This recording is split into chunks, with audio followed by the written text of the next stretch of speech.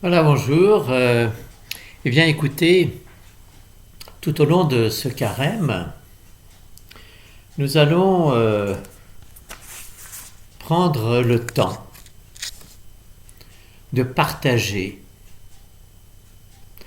ce qui fait notre démarche profonde de foi ou de chrétien, et nous allons le faire au cœur même de notre paroisse. Plusieurs personnes ont accepté de nous livrer leur témoignage. Vous verrez, ce ne sont pas des personnes extraordinaires qui vont nous livrer des choses absolument hors du commun. Mais ce sont des chrétiens comme vous et moi, et qui vont nous livrer en toute simplicité leur chemin de foi ou d'engagement. Alors aujourd'hui, c'est Huguette qui a accepté de nous livrer son chemin. Huguette, c'est une chrétienne ordinaire. C'est une maman qui a suivi ses enfants au caté.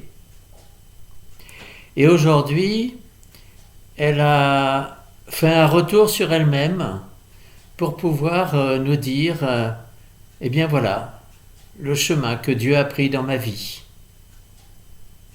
Alors, je vous invite chaque jeudi à écouter le témoignage d'une personne de notre communauté. Ce soir, Huguette. La voilà. Bonjour Huguette, voilà, tu as accepté de faire ce témoignage de ta vie avec Dieu, qui s'intitule Comment j'ai accueilli Dieu dans ma vie. Alors, est-ce que tu pourrais d'abord nous dire comment tu étais avant de commencer ta démarche? Donc, avant cette démarche, je croyais en Dieu, Père Tout-Puissant, Créateur du ciel et de la terre, comme cela est proclamé dans le Credo. Cependant, je ne connaissais pas mon Créateur, c'est-à-dire que je ne ressentais pas sa présence dans ma vie. Bon, alors, d'abord, est-ce que tu pourrais nous dire comment tu es devenue chrétienne? Est-ce que tu l'es devenue bébé ou est-ce que tu l'es devenue après? Oui, j'ai grandi dans une famille chrétienne. J'ai été baptisée bébé. Et à l'âge de 12 ans, j'avais fait ma première communion et ma confirmation. Dans notre famille, nous allions à l'église tous les dimanches. Et le temps de carême pour cheminer vers Pâques était la plus importante célébration familiale. Donc, si je comprends bien, tu as fait le même chemin que beaucoup d'entre nous. Donc, qu'est-ce qu'il te fallait de plus? En fait, ce qui se passe, c'est que à 20 ans, après le baccalauréat, mes parents m'ont envoyé faire mes études à l'étranger. Et loin de ma famille, je me suis sentie seule, malgré une vie estudiantine bien remplie, avec les études, les soirées, les copines, les activités, une vie d'étudiante comme on peut l'imaginer. Je me sentais seule. Et j'ai pensé je me suis souvenue des moments que nous avons vécus en famille. Et c'est à ce moment que je me suis demandé si ce manque n'était pas, ce vide intérieur n'était pas une absence du Seigneur dans ma vie. J'ai donc repris le chemin de l'église. Il faut bien le reconnaître que j'avais un petit peu abandonné loin des yeux de mes parents. Et ce faisant, malgré mon assiduité, rien n'a changé. À cette époque, j'ai conclu que l'église catholique n'était pas assez vivante. Je me suis mise à fréquenter les églises dites évangéliques, les églises évangéliques dites éveillées, où on prie en chantant, en dansant, on parle en langue. Bref, il se passe beaucoup de choses durant ces célébrations. Et quand je rentrais chez moi, j'avais toujours ce vide, comme quelque chose qui me manquait. À cette période, j'ai même fait une démarche de conversion personnelle, dite de nouvelle naissance ou born again. Et cette démarche n'a pas suffi à me connecter avec Dieu. Alors, si je comprends bien, tu es arrivé à une impasse. Est-ce que tu as abandonné? Non, parce que j'avais vraiment soif de la présence de Dieu dans ma vie. En fait, c'est à ce moment précis que j'ai commencé vraiment à chercher le Seigneur. J'ai d'abord renoué avec la messe. J'ai repris la lecture des évangiles des dimanches que je disséquais, je me creusais la tête en essayant de comprendre, de trouver quelque chose. mais ma démarche restait intellectuelle. Un jour, en discutant avec un oncle, il m'a parlé de la méditation des psaumes et de la force de la prière. Donc, petit à petit, je me suis mise à la prière quotidienne, à méditer les psaumes. En réalité, c'était plutôt les réciter et les répéter parce que je ne savais pas ce que c'est que méditer. À cette époque, j'avais aussi acheté des petits manuels pour apprendre à prier.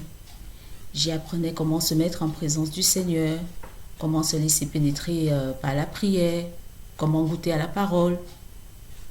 Et j'ai même découvert qu'il y avait différents types de prières, des prières d'adoration, d'action de grâce et des demandes. Et c'est ainsi que j'ai fait un jour, j'ai demandé au Seigneur qu'il ouvre mon cœur à sa parole. Parce que je sentais qu'il y avait un message, mais j'ai supplié le Seigneur pour essayer de comprendre cette parole. Alors comment, en fin de compte, s'est faite ce qu'on pourrait appeler cette rencontre avec Dieu? Et des années plus tard, un jour que j'allais au travail, assise dans le RER comme tous les matins, je profitais de ce temps de trajet pour faire ma prière. Et donc, comme je disais, un jour dans le RER, mon cœur a commencé à s'ouvrir pendant la prière. Je peux dire que c'est ce moment que j'ai fait l'expérience de Dieu. Non pas que j'ai eu des visions, mais j'ai senti la douceur et l'amour de Dieu se poser sur moi. J'ai ressenti une grande paix intérieure. Je ne saurais vraiment expliquer tout ce que j'ai ressenti en ce moment-là, si ce n'est qu'à cet instant, j'ai compris que le Seigneur, il était là, qu'il avait toujours été auprès de moi et que je l'ai cherché partout, mais en fait, il était toujours là. Et, euh, et c'est depuis cet instant que j'ai compris tout le sens aussi de l'extrait de l'évangile selon saint Matthieu 7,7. Demandez, l'on vous donnera, cherchez, vous trouverez, et frappez, l'on vous ouvrira. Pour moi, le Seigneur nous accorde bien des grâces au-delà de nos espérances. J'avais demandé que mon cœur s'ouvre à sa parole. En réalité, même mes yeux se sont ouverts aux merveilles du Seigneur. Dans la prière quotidienne, ce que j'appelle cet entretien en tête à tête, j'ai découvert une vraie intimité avec le Seigneur. C'est un bel aboutissement de ta découverte, non? Et bien, je dirais que non, je suis toujours en chemin. En effet, quelques années plus tard, la démarche du catéchisme de mes enfants m'a permis aussi de cheminer avec eux. Le manuel du catéchisme était autant pour les enfants que pour moi. J'ai par exemple découvert avec eux le Notre Père. Il ne s'agissait plus d'une liste de formules apprises par cœur qu'on récite comme ça machinalement. Mais pour moi, dire le Notre Père était comme une aventure qui nous rappelle que nous sommes les enfants de Dieu et qu'il est toujours à notre écoute. Je me suis aussi engagée auprès de notre groupe de catéchisme et petit à petit, j'ai pris des responsabilités au sein de l'équipe.